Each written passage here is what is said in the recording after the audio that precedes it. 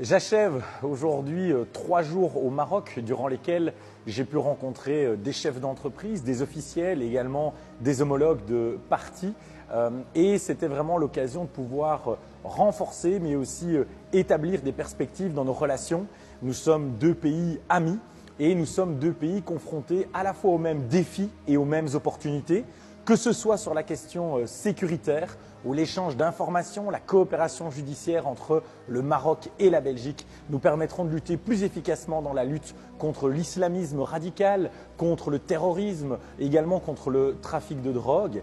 Il y a également des enjeux importants en termes de développement économique, puisque le Maroc est un pays qui est véritablement en plein déploiement, où on voit énormément d'investissements, la perspective également de la Coupe du Monde de football.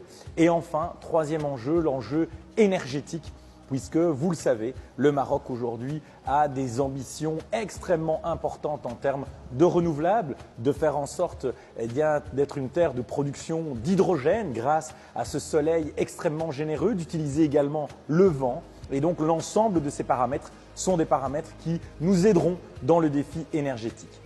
C'est d'ailleurs pour cette raison, mais aussi compte tenu de l'évolution politique de ces dernières décennies, que je déposerai au Parlement fédéral un texte qui visera à reconnaître la souveraineté marocaine sur le Sahara ainsi que le plan d'autonomie développé par le Maroc.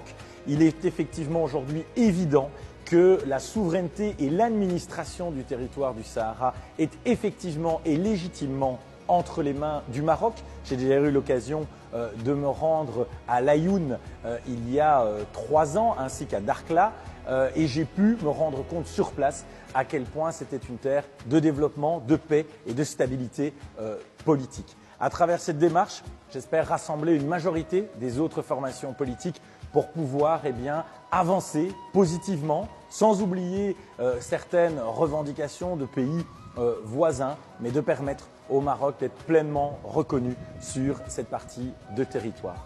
Encore une fois, nous avons un avenir à dresser ensemble. Nous avons également beaucoup de belgo-marocains. Nous avons une communauté nationale en commun. Et donc, à ce titre-là, nos liens doivent être plus que jamais renforcés.